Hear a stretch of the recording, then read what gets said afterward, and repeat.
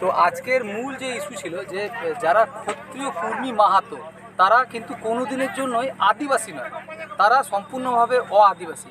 ওই আদিবাসী ক্ষত্রিয় কুর্মী মাহাতোকে যেন কোনোভাবেই আদিবাসী তকমা যাতে না দেওয়া হয়, তাদের এসটি লিস্টে পশ্চিমবঙ্গের মধ্যে যাতে এনলিস্টেড না করা হয়, মূলত এই ইস্যু ছিল।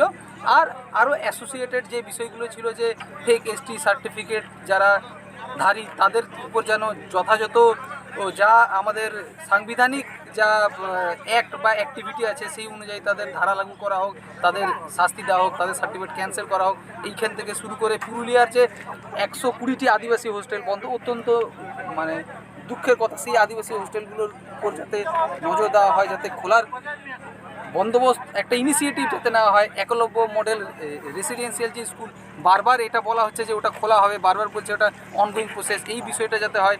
এরই সঙ্গে সঙ্গে যেটা অ্যাট্রোসিটি অ্যাক্ট আমরা বারবার বলি যাতে অ্যাট্রোসিটি অ্যাক্ট 1989 যাতে লাগু হয়, তো ওটাই আমরা দাবি রেখেছিলাম যাতে ওটা লাগু হয়।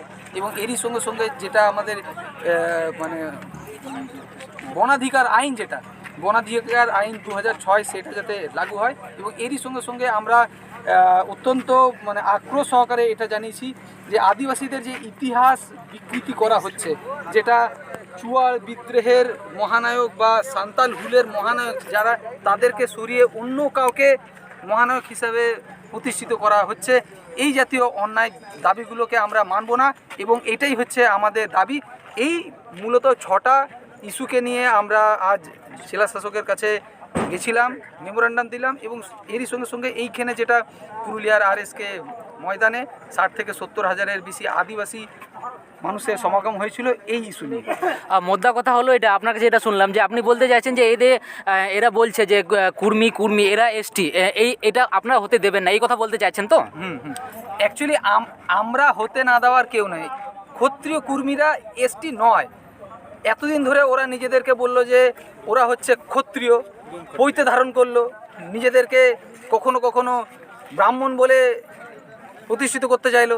এতদিন ধরে ওবিসি ক্যাটাগরির যে ক্ষীর সেটা খেলো, সেটা হজম হওয়ার পরে, বদহজম হওয়ার পরে ওনাদের এখন হঠাৎ করে মনে হয়েছে যে এসটি হতে হবে। এই যে রঘুনাথ সিং, যিনি এই চুয়াড় বিদ্রোহের যিনি মহানায়ক, এনাকে সরিয়ে যে রঘুনাথ মাহাতো করার যে অপকৌশল, এটা 2008 সাল থেকে শৈলেন্দ্র মাহাতোর হাত ধরে এটা হচ্ছে। এবং ক্ষত্রিয় কুর্মীদেরই যে বিভিন্ন রাইটার যারা আছে বিভিন্ন বইতে বিভিন্ন কথা লিখছে, কখনো বলছে যে মানে রঘুনাথ মাহাতোর আজীবন কারাবাস হয়েছিল, কখনো বলছেন যে ওনার ফাঁসি দেওয়া হয়েছিল, কখনো মানে আরও অন্য কথা বলছেন। ওনাদের নিজেদেরই ঠিক নয় যে ওনারা কি। এবং আমি আমার বক্তব্যের মধ্যে দিয়েও আমি মানে এই জিনিসটাকে উপস্থাপন করেছিলাম যে আমাদের যে শান্তিরাম মাহাতো এটা বলেছিলেন যে এই কুর্মীদের কেউ তারা নিজেরা ভূমি সাবকাস্ট লিখে এসটি সার্টিফিকেট নিচ্ছে, কেউ মানে বেদিয়া সাবকাস্ট লিখে এসটি সার্টিফিকেট নিচ্ছে। আবার আমরা যারা দেখছি উনি যেটা বলেননি তার বাইরে যে ঘটনাগুলো ঘটছে, যারা ক্ষত্রিয় কুর্মী তারা কখনো সান্তাল সাবকাস্ট লিখে এসটি সার্টিফিকেট নিচ্ছে, কখনো মানে মুন্ডা সাবকাস্ট লিখে নিচ্ছে। মেন কথা হলো তাদের এসটি সার্টিফিকেট চায় যেন তেন প্রকারণে। এটা বেশি দিন ধরে চলছে না। এবারে তারা একদম স্টেট ফরওয়ার্ড খেলে ওরা বলছে না আমরা প্রকৃত আদিবাসী। কিসের আদিবাসী? এবারে গণতন্ত্রের যে সংজ্ঞাটাকে ভাঙাচোরা সংজ্ঞাকে ব্যবহার করে সংখ্যাগরিষ্ঠতার খেলা দেখিয়ে ওনারা নিজেদেরকে আদিবাসী বলছে। এটা অত্যন্ত ঘৃণ্য কাজ। এবং যেভাবে তারা দীর্ঘ 5-6 দিন ধরে রাষ্ট্রীয় মানে মদতে রেল অবরোধ করছে, সড়ক অবরোধ করছে, এটা অত্যন্ত ঘৃণ্য কাজ। এবং স্বাধীনতার 75 বছর পরে এইসব আমাদেরকে দেখতে হচ্ছে, আমরা অত্যন্ত দুঃখিত। এই যে আপনি বলছেন যে এটা ঘৃণ্য কাজ, কিন্তু মশাই আপনারা যে এই যে করছেন এটাও তো একটা বলা যেতে পারে, ওরা একটা দাবি করছে যে এই যে আমাদেরকে বলছে যে ওদেরকে আপনারা এসটি হতে দিচ্ছেন না, এটা এই বিষয়ে আপনি কি বলবেন? না দেখুন, আমরা এসটি হতে দেওয়ার কিন্তু কেউ নয়। ওরা মানে কতিপয় ক্ষত্রিয় কর্মীদের পক্ষ থেকে কিন্তু 2017 সালেই মানে কালচারাল রিসার্চ ইনস্টিটিউটের ভায়া কিন্তু চিঠি পাঠানোর তোড়জোড় শুরু হয়েছিল। তখন যখন কেন্দ্রীয় সরকারের কাছে ভায়া সিআরআই চিঠি গেছিল তখন কিন্তু সেটা খারিজ হয়েছে। এবং খারিজটা তো আমাদের আদিবাসী গোষ্ঠীর কেউ তো মানে এই খারিজ হওয়ার প্রক্রিয়াতে একেবারেই ছিলেন না। তাহলে সেটা একটা অটোনোমাস এজেন্সি যখন এটাকে খারিজ করলেন, খারিজ করার পরেও আবার ওনারা দাবি করছেন কিন্তু এই যে দাবি করছেন, এই দাবিটা আমরা মনে করছি যে পুরোপুরি অন্যায় দাবি। আমরা সকলেই জানি পুরো বিষয়টা দিনের আলোর মতো পরিষ্কার যে ক্ষত্রিয় কর্মীরা কোনো মতে আদিবাসী নন। এটা আমাদের বলার উপর না বলার উপর কোনো কিছু নয়। আর যদি কোনো মানে মুসলিম কমিউনিটিটা যদি বলেন যে আমরাও আদিবাসী, ব্রাহ্মণরা যদি বলে আমরাও আদিবাসী, বাউরি সমাজ যদি বলেন আমরাও আদিবাসী, দেখুন আদিবাসী হওয়ার নির্দিষ্ট ক্রাইটেরিয়া আছে, সেই ক্রাইটেরিয়াগুলো বিভিন্ন এজেন্সি ঠিক করেন।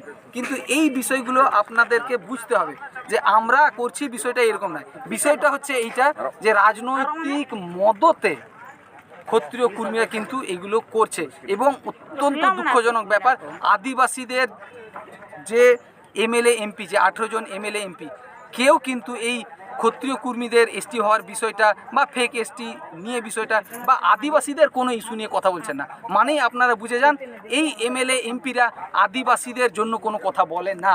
তো আচ্ছা, ওই এমএলএ এমপিগুলো তো আপনাদেরই তো এই মানে আদিবাসীরাই তো আপনাদের এমএলএ এমপি, তাহলে কি ওনারা কাজ করছেন না আপনারা বলছেন? না, আমরা এটাই বলছি যে ওই এমএলএ এমপিরা হলেন বনভূমি ধ্বংসের, আদিবাসী ধ্বংসের সেই কুঠার যার হাতলটা কাঠের। তারা আমাদের হয়ে কোনো কথা বলছেন না। আর নাহলে 120টা আদিবাসী হোস্টেল বন্ধ, শিক্ষার মতো একটা গুরুত্বপূর্ণ ইস্যু নিয়ে আমাদেরকে কেন কথা বলতে হবে? ওনাদের কাজটা কি?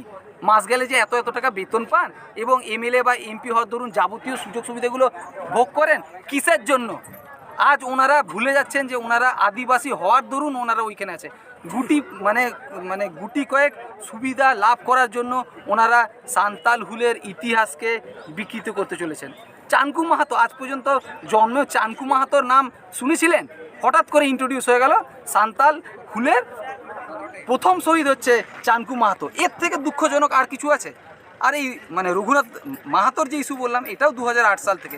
যে কোনো ধরনের ভালো ভালো ইতিহাসের বই যদি মানে ঘেটে দেখেন, কোথাও রঘুনাথ মাহাতোর উল্লেখ কিন্তু নেই। আচ্ছা, আপনি যে মাঠে দাঁড়িয়ে আছেন, এই তো পুরুলিয়া জেলার, এইখানে আমরা নাকি শুনেছি যে এখানে অনেকেই কুর্মী মাহাতো অনেক বেশি আছে। আপনার মতামতে কি বলে এখন? না, কুর্মী মাহাতোর কি বেশি আছে কি বেশি নেই, এটা তো 2011 সালে গণনা হয়েছিল, কিন্তু তারপরে তো জাতি গণনার তো কোনো ধরনের কোনো বিষয় আসছে না। অনেকটা আমাদেরকে হাতির চোখ ছোট এবং হাতির কতখানি শক্তি সেই বিষয়টা যাতে আমরা না জানতে পারি, আমাদের মোট জনসংখ্যা কত এই বিষয়টা যাতে না জানতে পারি, ওই জন্য তো মানে ঠিকঠাক জনগণনাও আর হচ্ছে না, 2011 পরে হয়নি।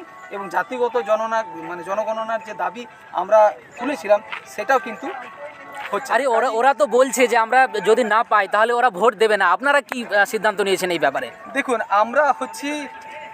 আমরা চেষ্টা করছি যে এই বিষয়টা সাংবিধানিকভাবেই মিটিয়ে নেওয়ার, কিন্তু সত্যিকারের জল যে মাথার উপর দিয়ে গড়াচ্ছে কি হবে কিন্তু আমরা এটা বলতে পারছি না।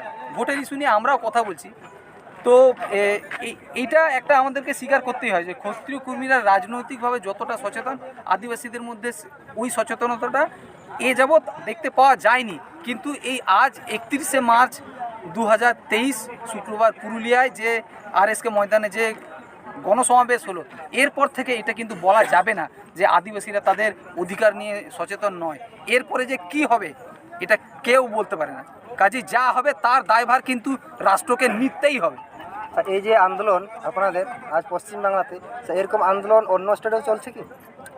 অন্য স্টেটে কিছু আমরা তো খবর তো আসছে, আমাদের কাছেও আছে, আপনারা যারা মানে মিডিয়া পার্সন আছেন আপনাদের কাছেও আছে। বিহার থেকে হোক, উড়িষ্যা থেকে হোক, ঝাড়খণ্ড থেকে হোক, যেখানেই প্রকৃত আদিবাসী আছেন ওনারা দাবি করছেন যে কোনোভাবেই এই ক্ষত্রিয়রা আদিবাসী হতে পারে না।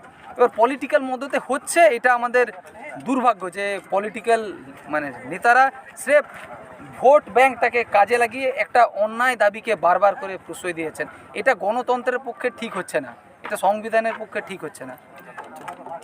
অসংখ্য ধন্যবাদ। জোহার। জয়।